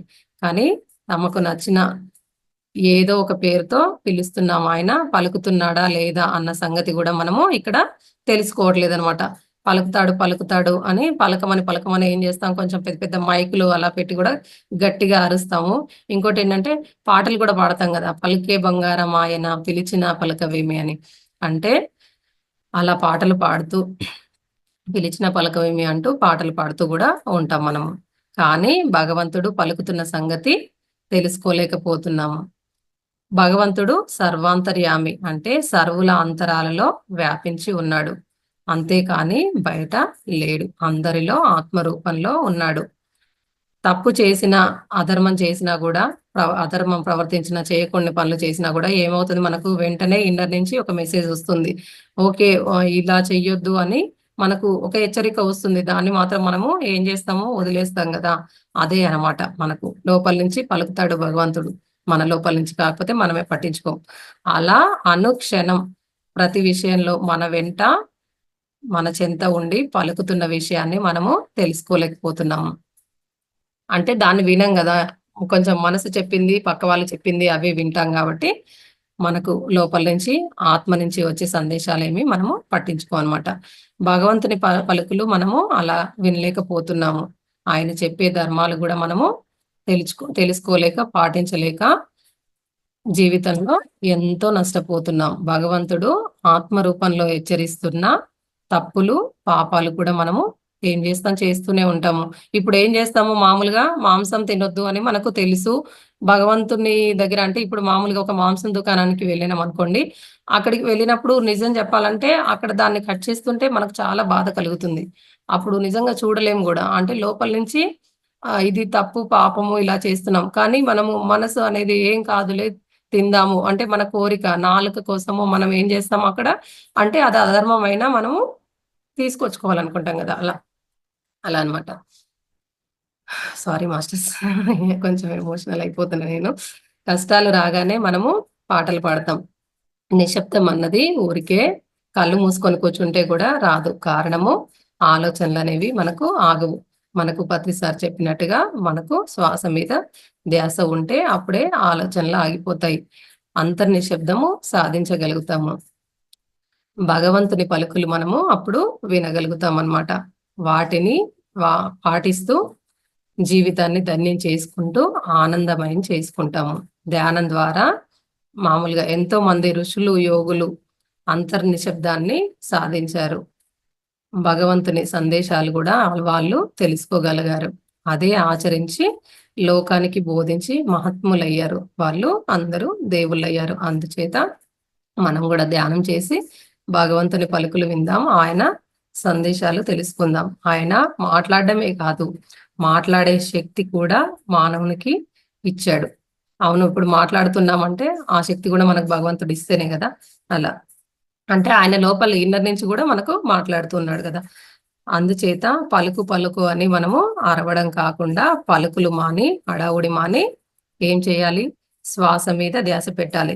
నిజంగా చెప్పండి ఇప్పుడు ఇంద్రియాలతో రాయడము, చదవడము, పాడడము ఇవే చేస్తున్నామనుకోండి. అంటే మనసంతా ఏమవుతుంది? కొంచెం గందరగోళంగా హడావుడిగా ఉంటుంది. ఇప్పుడు శ్వాస మీద ధ్యాస పెట్టినప్పుడు ఏమవుతుంది? ఆలోచన రహిత స్థితిలోకెళ్తాము. నిజంగా ఇప్పుడు ధ్యానంలో ఎన్నో రకాల మనకు సందేశాలు గూడా వస్తూ ఉంటాయి గదా! అప్పుడు గూడా మనము వాటిని తెలుసుకోవచ్చు కాబట్టి, ఊరికే ఈ పాటలు వీటి మీదనే కాన్సంట్రేషన్ కాదు. భగవంతుని పలుకులు నామంతో తెలుసుకోలేము. ధ్యానంతో తెలుసుకుంటామనేది మనము తెలుసుకోవచ్చు. ఇంకోటేంటంటే మంచి ముహూర్తం.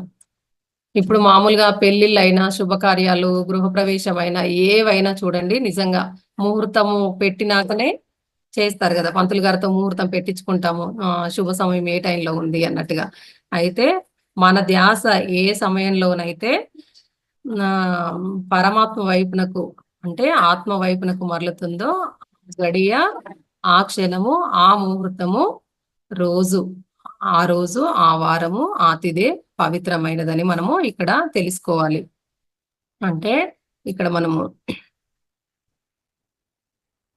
అంటే మామూలుగా చూడండి ఒక ఎగ్జాంపుల్‌గా తీసుకున్నట్టే శివునాజ్ఞ లేనిదే చీమైనా కుట్టదు అని అంటారు గదా! నిజంగా శివుని అంటే ఆయన గనుక దాన్ని ఆజ్ఞాపించకపోతే మనం కుట్టదు అని తెలుసుకుంటాం గదా! అలాగే ఏ జీవైనా గూడా ఇప్పుడు చీమకు గూడా హాని కలగాలి. అంటే చీమ గూడా చచ్చిపోవాలి. మనల్నే కుట్టడం గాదు. ఇప్పుడు ఒక పాము కరిసిందనుకోండి, అది గూడా శివునాజ్ఞ ఉంటేనే కరుస్తుంది. ఆ పామొచ్చి కరుస్తుంది. మనము చనిపోతాము. అంటే మన ప్రణాళిక అక్కడితో అయిపోయింది.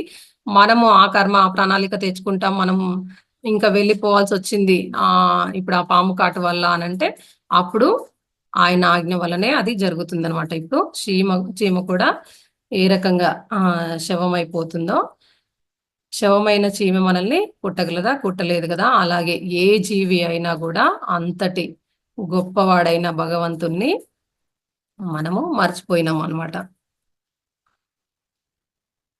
ఏ సమయంలోనైతే మన దృష్టి భగవంతుని వైపు మలుతుందో అదే అన్నింటికంటే మనము మంచి ముహూర్తము, అదే శుభకరం, లాభదాయకం అని తెలుసుకోవాలంటే భగవంతుని పైన మన మనసు అంటే ఏ సమయంలో మన దృష్టి ఏదైతే ఉందో అది మరలుతుందో అదే మనకు శుభ సమయం అని తెలుసుకోవాలంటే ముహూర్తం పెట్టింది కాదు. మామూలుగా గీతలో నిమిషం నిమిషార్థం వాజ్ఞానిన ధ్యాన చింతయ క్రయకోటి సహస్రానం ధ్యానమేకం వవిష్యమా. ఆత్మజ్ఞానులు నిమిషం కానీ అర నిమిషం కానీ ఆత్మ ధ్యానం చేయడం వల్ల 1000 కోట్ల క్రతువులు చేసిన ఫలితం అనేది వస్తుంది. కాబట్టి ధ్యానం ఒక్కటే విశిష్టమైనది. అంటే భగవంతుని మీద ధ్యాస ఉంచడం ఒక్కటే విశిష్టమైనదని మనకు ఈ శ్లోకం ద్వారా మనము తెలుసుకోవచ్చు అనమాట. అందుచేత మనము ఏ క్షణంలో అయినా ధ్యానం ఏ క్షణంలో అయినా మనము ధ్యానం మొదలు పెడతామో అదే మనకు మంచి ముహూర్తం అన్నమాట. అంటే ఏ పనికైనా ఇప్పుడు ఒక శుభకార్యము లేదు, గృహప్రవేశము, ఒక వ్యాపారం స్టార్ట్ చేయాలంటే అక్కడ మనము ఇప్పుడు మన కుటుంబ సభ్యులు మనము అందరము ఏమైతాం ఒక సమూహంలా కూర్చొని ముందు ధ్యానం చేసి ఆ తర్వాత మనం గనుక ఆ వ్యాపారాన్ని స్టార్ట్ చేస్తే గనుక అద్భుతంగా వ్యాపారం అనేది జరుగుతుంది అని. అందుకే అందరం కూడా అక్కడ ధ్యానం చేయాలి. అక్కడ ఏమవుతుంది, మనము ఇప్పుడు మామూలుగా ఏదైనా వ్యాపారము ఇది చేయాలంటే ముహూర్తము పెట్టినప్పుడు ఏం చేస్తాం, ఫస్ట్ భగవంతునికి పూజ చేస్తాం కదా. అంటే మనకు అక్కడ కూడా ఏం తెలుస్తుంది అంటే భౌతికంగా ధ్యానము చెయ్యాలి అని తెలియని వాళ్ళకు కూడా భగవంతుని మీద దృష్టి పెట్టాలి అంటే పూజ చేయాలి అని తెలుస్తుంది. పూజ చేయడం అంటే ఏంటిది, నిజం చెప్పాలంటే భగవంతుని మీద దృష్టి పెట్టడమే కదా. మనం ఏంటంటే ధ్యానం చేసి మొదలు పెడితే చాలా అదే మనకు మంచి ముహూర్తము అనేది మనకి ఇక్కడ తెలుస్తుంది. అంటే వయసులో వృద్ధులు గొప్పవారు కాదు, జ్ఞానంలోనే వృద్ధులు గొప్పవారు అనేది మనము కూడా తెలుసుకోవచ్చు అనమాట. అలాగే వినాయకుడి గురించి తెలుసుకుందాము. వినాయకుడు అంటే విశేషమైన నాయకుడు, అంటే గొప్ప నాయకుడు అని అర్థం అనమాట.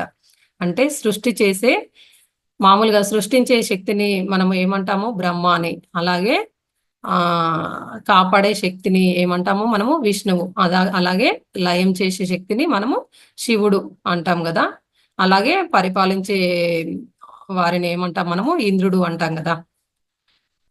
అలాగే భగవద్గీతలోని విశ్వరూప సందర్శన యోగంలో శ్రీకృష్ణ భగవానుడు తన విశ్వరూపాన్ని చూపించి అందరూ నాలోనే ఉన్నారు, అంతా నేనే, అన్ని నేనే అని చెప్పలేదా. అంటే ఈ భగవంతుడు ఆ భగవంతుడు అంటూ కాదు, అంతా నేనే ఉన్నాను అని అక్కడ మనకు విశ్వరూప సందర్శన యోగంలో శ్రీకృష్ణ భగవానుడు చెప్పడం జరిగిందనమాట. మామూలుగా ఎగ్జాంపుల్ తీసుకున్నట్టయితే మనము మనలోని రకరకాల పనులు చేయగల శక్తులకు, అంటే మన అవయవాలకు గుర్తింపు కోసం వేరు మనము పేర్లు పెట్టుకోవడం జరిగింది. ఇదేంటి చెయ్యి, అలాగే ఇది కాలు, ఇది గుండె, ఇలా రకరకాల పేర్లు నిజంగా మనం పెట్టుకున్నవే కదా. ఇప్పుడు మామూలుగా ఇప్పుడు చెయ్యి కాలుని తప్పు పడుతుందా, అలాగే కాలు కూడా చెయ్యిని తప్పు పట్టదు. ఎలాగంటే ఇప్పుడు ఒక దోమ కొట్టింది అనుకో, కాలుకు దోమ కొడుతుంది, చెయ్యి ఏం చేసింది, అక్కడికి వెళ్ళి దాన్ని కొడుతుంది. అంటే ఇప్పుడు లేదు నీకు కొడుతుంటే నేనెందుకు కొట్టాలి అని అన్నది కదా చెయ్యి. అలాగే కాబట్టి ఇక్కడ మనకు అంటే అవి ఎటువంటి గొడవ అనేవి మనము పెట్టుకోవన్నమాట. రెండు ఒకటే అన్నట్టుగా ఉంటుంది. అంటే మన శరీరంలో ఏ అవయవానికి ఏ ప్రాబ్లం వచ్చినా కూడా శరీరం మొత్తము అంటే ప్రతి అవయవం కూడా పట్టించుకుంటుంది. అలాగే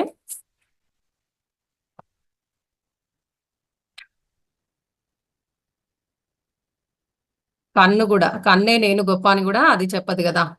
ముక్కు నేనే గొప్ప అని అలా అవి మనకు గొడవ అనేవి ఏ రకంగా పడవు.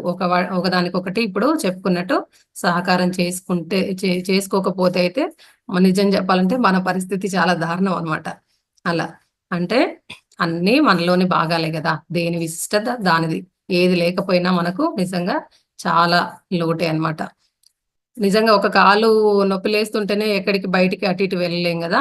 అందుచేత అన్ని అవసరమే, అన్ని మానవుడే, అన్ని మనలోని భాగాలే అని మనము తెలుసుకోవాలి. ఈ సత్యం తెలుసుకోవాలి. ఈ సత్యం అర్థం కాని వారు ఏమైతారంటే మూర్ఖులు అవుతారు. సమస్త చరాచర జీవకోటి అంతా భగవంతునిలోని భాగాలే, దేవుళ్ళంతా వేరు వేరు అని మనము భావిస్తాం. నా అంటే ఇంకా ఈ వీటి దేవుళ్ళ గురించి కూడా నా దేవుడే గొప్పవాడు, నీ దేవుడు గొప్పవాడు కాదు అని ఎవరి ఇష్ట దైవాన్ని వాళ్ళే అలా వీటి కోసం నిజంగా ఎన్నో యుద్ధాలు కూడా జరుగుతాయి చూడండి. కానీ ఇక్కడ మనకు తెలుసుకోవాల్సింది ఏంటంటే సర్వం కల్విదం బ్రహ్మ అంటే సమస్తం భగవంతుడే. భగవంతుడు కానిది లేదు లేదు అంటూ ఈ సృష్టిలో లేనిది అంటూ ఈ సృష్టిలో ఏమీ లేదు. అంటే సర్వం సమస్తం కూడా భగవంతుడే. భగవంతుడు లేనిది అనేది ఈ సృష్టిలో అసలు ఏమీ లేదనమాట.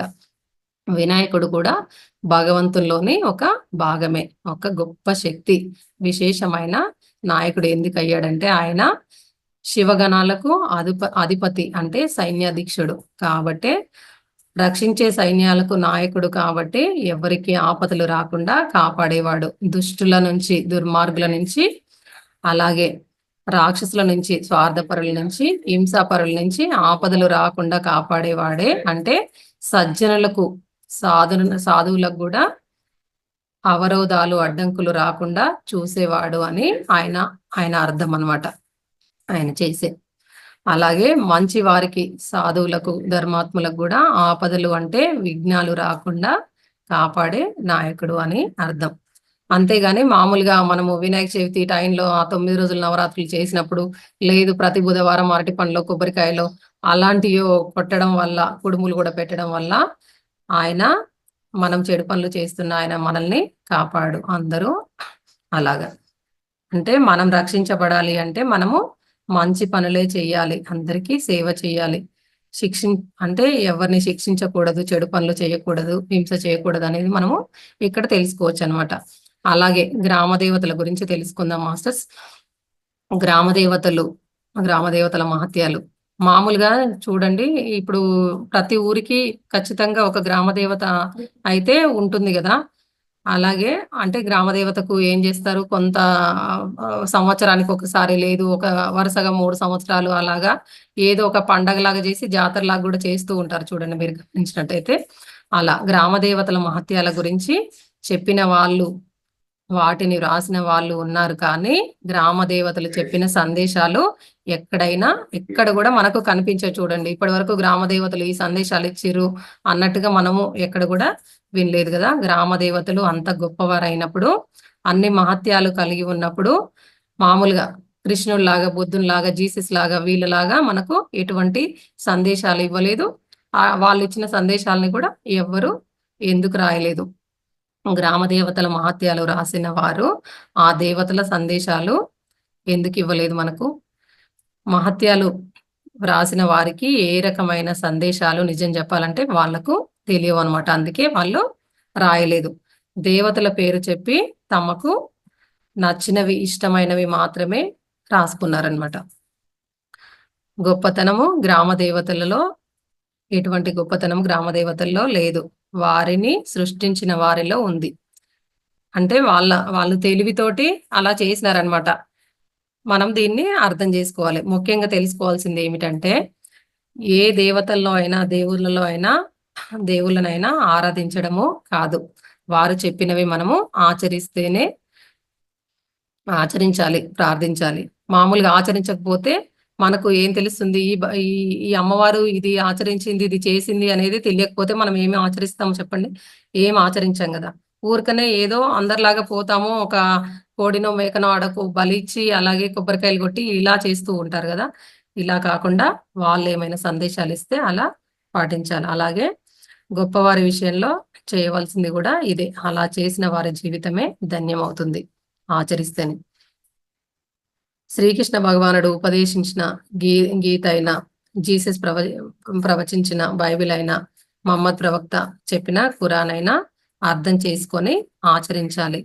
ఇక్కడ ఏవైనా కూడా ఊరికనే చదివితే కాదు, ఆచరణలో పెట్టాలి అనేది మనము తెలుసుకోవచ్చు అనమాట.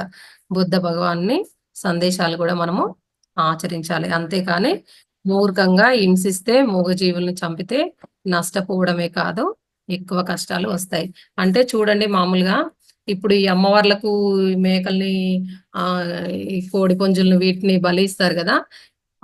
ఇదేది జ్ఞానం తెలుసుకోకుండా, ఏమి ఆచరించకుండా, మనము ఎవరో వాళ్ళ లాభం కోసం వాళ్ళు చెప్పినవి ఏవైతే ఉన్నాయో ఆచరించుకుంటూ ఇలా చేసినట్టయితే మనం ఇంకా ఎక్కువ కష్టాల పాలవుతూ ఉంటాము. Thank you masters. ఇంత చక్కటి నాకు అవకాశాన్ని ఇచ్చిన మా అవతార్ ఫౌండేషన్ వ్యవస్థాపకులైన రంగనాథ్ సార్కి నా హృదయపూర్వక ఆత్మప్రణామాలు.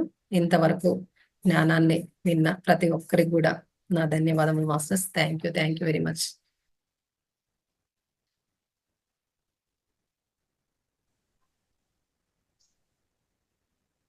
రవికుమార్ సార్ అన్మ్యూట్ చేసుకున్నారు, మాట్లాడతారా మీరు?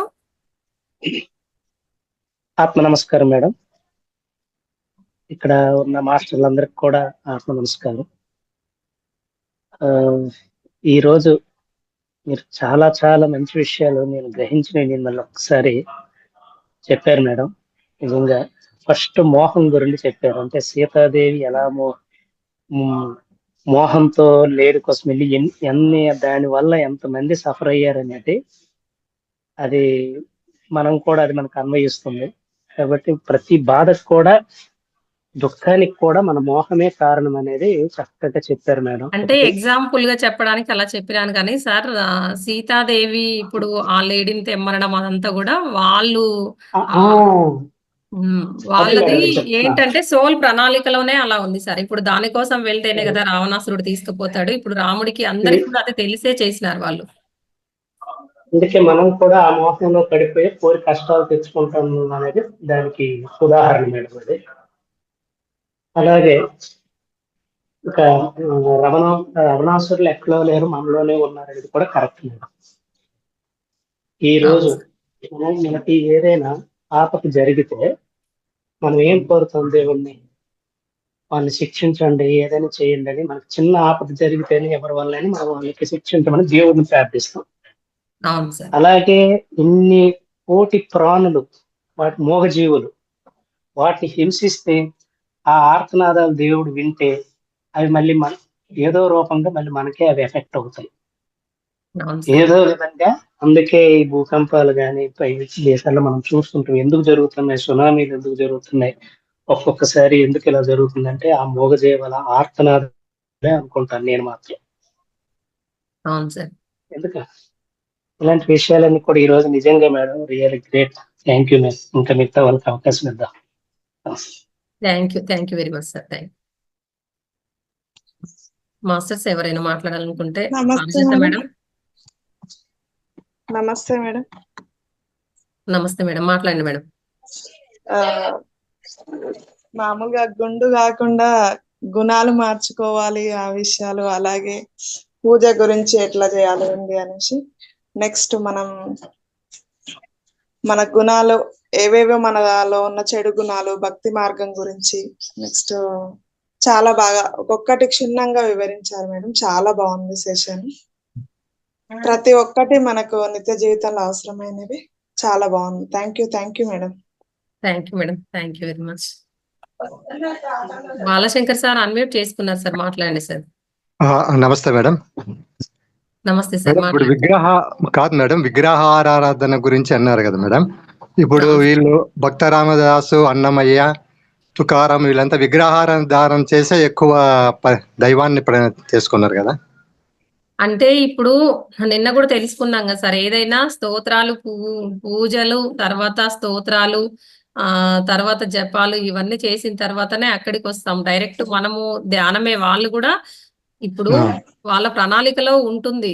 ఇప్పుడు భక్త రామదాస్ అయినా ఎవరైనా కూడా ఉంటుంది. కాకపోతే దాన్ని మర్చిపోయినాకనే కదా మనకు సినిమాలో కూడా చూపిస్తారు కదా, చూడండి సార్. ఇంకా చూస్తే గనక చూపిస్తారు చూడండి. కాబట్టి ఆ మాయలో పడిపోయి మర్చిపోతారు. మళ్ళీ స్పృహణకు వచ్చే ముందుకు ఇవన్నీ చేసి ఒకే భక్తి మార్గంలోకి వెళ్ళి ఆ తర్వాత స్తోత్రాలు, పూజలు, పాటలు ఇవన్నిటి తర్వాత వాళ్ళు కవితలు ఏవైతే రాసినారో వాటి తర్వాత మెల్లగా ఒకే ధ్యానం చెయ్యాలి అనేది తెలుసుకుంటారు. ఇప్పుడు మనం కూడా సాయిబాబాకు పూజ చేస్తాం సార్. పూజ చేస్తూ ఉంటాము. కాసేపు ప్రశాంతంగా ఉంది కదా అని అదే గుళ్ళో కూర్చుంటాము. ఏం చేస్తాం? మెల్లమెల్లగా అలా ధ్యానంలోకి వచ్చిన వాళ్ళు కూడా ఎంతో మంది ఉన్నారు. కరెక్ట్. ఇప్పుడు తెలుసుకున్నాం కదా ఈ రోజు అయితే క్లియర్ గా అసలు ఎందుకు తెలుసుకున్నాం మేడం. చెయ్యొద్దు అదే అందుకే ఆరాధనలు ఎందుకు అంటే స్తోత్రము చేస్తే ఇంద్రియాలతో చేస్తే ఎలా ఉంటుంది చెయ్యకపోతే ఎలా ఉంటుంది ఆ అంటే ఇప్పుడు ఏ రూపము ఏ దేవుడు ఆ రూపాన్ని చూసిన వాళ్ళు కూడా ఎవరు లేరు అవన్నీ ఊహా రూపాలే అని తెలుసుకున్నాం కదా సార్. అంటే కాదు మేడం, ఇప్పుడు భక్త రామదాసు ఇప్పుడు భద్రాచలంలో రామాలయం కట్టించినాడు. కట్టించిన తర్వాత అది ఒక కథ మాదిరిగా తానీషాకు వచ్చి మళ్ళా రాముడు లక్ష్మణుడు వచ్చి ఆయన డబ్బులు ఇవ్వడము చేయడం ఇవన్నీ జరిగినాయి కదా మేడం. అవును సార్, ఇవ్వడము జరిగింది. అంటే ఇప్పుడు భక్త రామదాసు కూడా ఏదో పాటల ద్వారా అట్లనే కాదు సార్, తను కూడా ఏందంటే ఆత్మస్థితిలో ఉన్నాడు. ఆయన కూడా ఎంతో ధ్యానము చేసినాడు కదా, అంటే అవి కూడా ఆయనకు ధ్యానంలోనే కనిపించింది కదా. అలా ఇప్పుడు ఎవరైతే ఉన్నారో రాజు తనకు కూడా ఇచ్చినట్టుగా తానిష ప్రభు అనుకుంటా తనకు కూడా ఇచ్చినట్టుగా అతని కూడా కళలు అంటే ఇప్పుడు నిద్రలో కూడా మనకు కనిపిస్తాయి అని చెప్తాం కదా, ధ్యానంలోనే కాదు అనుభవాలు. అలాగే ఇప్పుడు అదే కళలో కనిపించే ఇచ్చిపోయినారు కదా భగవంతుడు కూడా. భగవంతుడు అవును సార్, ఇప్పుడు ఆ కర్మ తీరిపోయిన తర్వాత ఆయనకి వచ్చింది. కాకపోతే ఆ చిలుకని ఏదైతే బంధించిందో ఆ కర్మ అనుభవించవలసిన అన్ని రోజులు అనుభవించింది కదా. కరెక్ట్. తను కూడా చెరసాల్లో పడి అలా. థ్యాంక్స్ మేడం, బాగా చెప్పారు. Thank you sir. Thanks madam. Balakrishna sir మాట్లాడండి సార్. నమస్తే మేడం. నమస్తే సార్, మాట్లాడండి సార్. చాలా బాగా చెప్పారు మేడం. కొద్దిగా లాస్ట్ జాయిన్ అయ్యాను, కొద్దిగా పని ఉండి వేరే పని మీద. నా 4 మాటలు కూడా చాలా బాగా చెప్పారు madam. Thank you sir. Video Thank you, వస్తుంది madam. సార్, వినండి. మహావతార్ టీవీ ప్రతి ఒక్కరు కూడా సబ్స్క్రైబ్ చేసుకొని అందరు కూడా Okay, వీడియోస్ అది విని లైక్ షేర్ కామెంట్ కూడా చెయ్యండి ప్రతి ఒక్కరు. Thank you very much sir. Okay madam.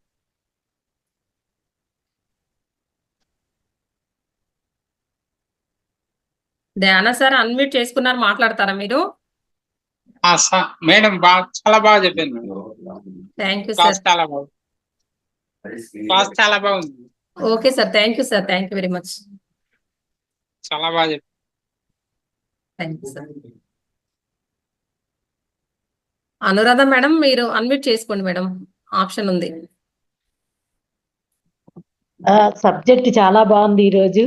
ప్రతి ఒక్కళ్ళు తెలుసుకోవాల్సింది, ప్రతి దాంట్లో ధ్యానంతోనే మనం అన్ని సాధించగలం అనేది బాగా వచ్చింది. భగవంతు పూజ, స్తోత్రం, జపం, భజనలు, పాటలు ఇవన్నీ పాడుకుంటే పైన ఆనందాలే గాని అంతరంలోకి వెళ్ళలేము. అంతరంలోకి వెళ్ళగలిగాము అంటే ధ్యానం ద్వారానే. ధ్యానం ఎంత బాగా చేస్తే అంత మనలో మన గురించి మనం తెలుసుకుంటాం. అప్పుడే మనలో ఉండి పరమాత్మ పలుకుతాడు అనేది చాలా చాలా బాగుంది. మనం పలికే బంగారం అయ్యేలా అని రాముడు పలకట్లేదని మనం అనుకుంటున్నాం, మనలో ఉండే రాముడు పలుకుతున్నాడని బాగా స్పష్టంగా చెప్పారు. ఆత్మరాముడు పలుకుతుంటాడు కానీ ఆత్మరాముని మనం పట్టించుకోం మేడం, అంతే. అంతరంలోకి వెళ్ళి మనల్ని మనం గమనిస్తే ఆ భగవంతుడి పలుకులు వినగలము అనేది చాలా స్పష్టంగా ఈరోజు అర్థమైంది. సత్యం గురించి, ఆత్మారాధన గురించి చాలా చాలా బాగా. ఆత్మశుద్ధి కలిగితే అన్ని పవిత్రం అయిపోయినట్టే.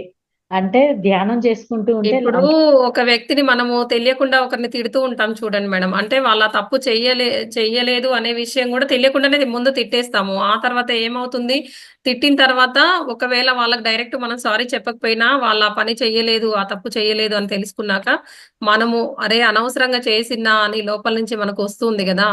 అదే మనకు ఆత్మరాముడు చెప్పినట్టు, అంటే ప్రతి విషయంలో కూడా, ఇది ఒక్క మాటలో కాదు, అన్నింట్లో అలా. మనం ఏ ఆలయానికి వెళ్ళినా, ఏ దేవుడిని చూసినా వాళ్ళు చెప్పిన విషయాలు ఏంటి తెలుసుకొని ఆచరించటం అనేది ముఖ్యం అనేది ఈ సబ్జెక్ట్ లో చాలా బాగుంది. ఇవి మనం వెళ్తూ ఉంటాం, ఏదో అక్కడ గుడికి వెళ్ళి కాసేపు ధ్యానం చేసుకొని వచ్చేస్తాం, కానీ వాళ్ళు ఏం చెప్పారు అది ఆచరించాలని చాలా వరకు ప్రయత్నించము. అలా ప్రయత్నం చేసి మనం కూడా విజయం సాధించాలంటే గణపతి గురించి కూడా చాలా బాగా వివరించారు. ఇవన్నీ పాయింట్లు ప్రతి ఒక్కరికి తెలియాల్సింది. చాలా బాగా ఈ సబ్జెక్ట్ చాలా ఇష్టంగా అనిపించింది విన్నప్పుడు. Thank you madam, thank you very much.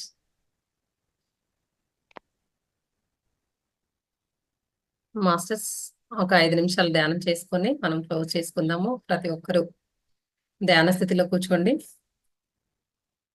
కళ్ళు 2 మూసుకొని వేళ్ళలో వేలు వేసుకొని కాళ్ళు 2 క్రాస్ చేసుకొని కళ్ళజోడు ఉంటే గనక తీసి పక్కన పెట్టండి. స్థిర సుఖాసనంలో కూర్చోండి. శరీరానికి ఎటువంటి బిగింపు లేదు. ఎటువంటి నామము, ఎటువంటి రూపము, ఎటువంటి జపము, ఎటువంటి మంత్రము లేదు. నిరంతరంగా సహజంగా సరళంగా జరుగుతున్న శ్వాసని మాత్రమే గమనిద్దాం మాస్టర్స్. ఆలోచనలు వస్తూ ఉంటాయి, పోతూ ఉంటాయి.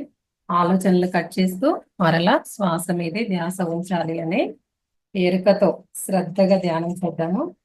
ప్రతి ఒక్కరూ ఆలోచనని చేయండి, అలాగే శ్వాస మీదే ధ్యాస పెట్టండి మాస్టర్. అలా ఆలోచనలు నిరంతరంగా వస్తూ ఉంటాయి. ఆలోచనని కట్ చేస్తూ శ్వాస మీద ధ్యాస పెట్టినప్పుడు ఏం జరుగుతుందంటే ఆలోచనలు మెల్లిమెల్లిగా తగ్గుతూ వస్తూ ఉంటాయి. మెల్లిగా మనము ఆలోచన రహిత స్థితిలోకి వస్తాము.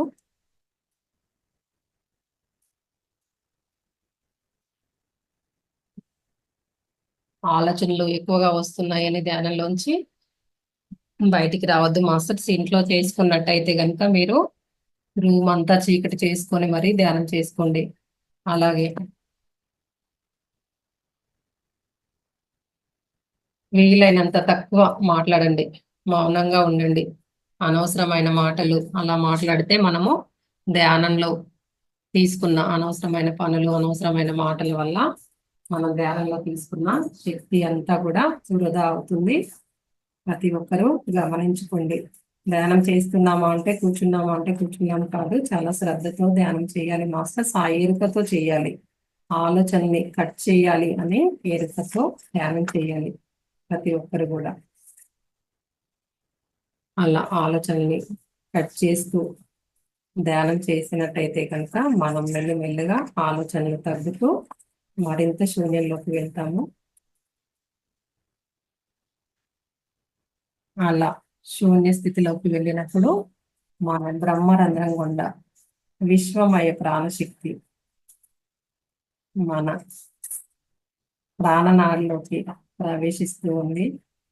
అలా మన శరీరంలో ప్రతి కణానికి అణువణుకు ఆ విశ్వమయ ప్రాణశక్తి అనేది ప్రవేశిస్తుంది మాస్టర్స్. అంతా మన శరీరం అంతా వ్యాపిస్తుంది విశ్వమయ ప్రాణశక్తి అనేది. కాబట్టి మనము ఆలోచన రహిత స్థితిలోకి వెళ్ళాలి. అంటే సరైన ధ్యానము, శ్వాస మీద ధ్యాస పెట్టి ధ్యానం చేయాలి. సహజంగా సరళంగా జరుగుతున్న శ్వాసని మాత్రమే గమనించాలి. ఎటువంటి శ్వాసని గట్టిగా తీసుకోవడం కానీ గట్టిగా వదలడం కానీ ప్రాణాయామం లాగా మాత్రము చెయ్యొద్దు. సహజమైన సరళమైన శ్వాసని మాత్రమే గమనించాలి మాస్టర్స్.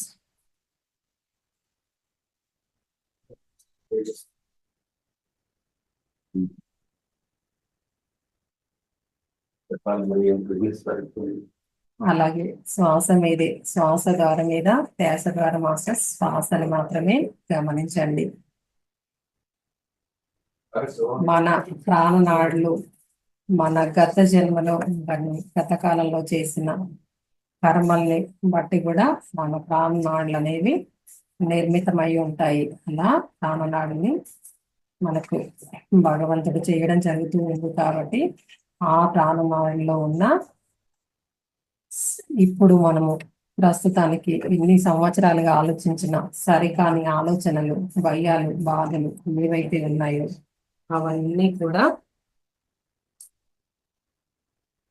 విశ్వమయ ప్రాణశక్తిని మనము శ్వాస మీద ధ్యాస పెట్టి తీసుకున్నప్పుడైతే కనుక అన్నీ కూడా సరికాని ఆలోచనలు, భయాలు, బాధలు, ప్రాణాల్లో ఉన్న బ్లాకేజెస్, కర్మలు అన్నీ కూడా క్లియర్ అవుతాయి మాస్టర్స్. ఎరుకతో ధ్యానం చెయ్యండి. ప్రతి ఒక్కరు కూడా శ్వాస మీద ధ్యాస పెట్టాలి అని ఎరుకతో ధ్యానం చెయ్యండి. Last 1 minute masters. ఎవరు కళ్ళు తెరవద్దు. మెల్లిగా మన సహజ స్థితిలోకి వద్దాము.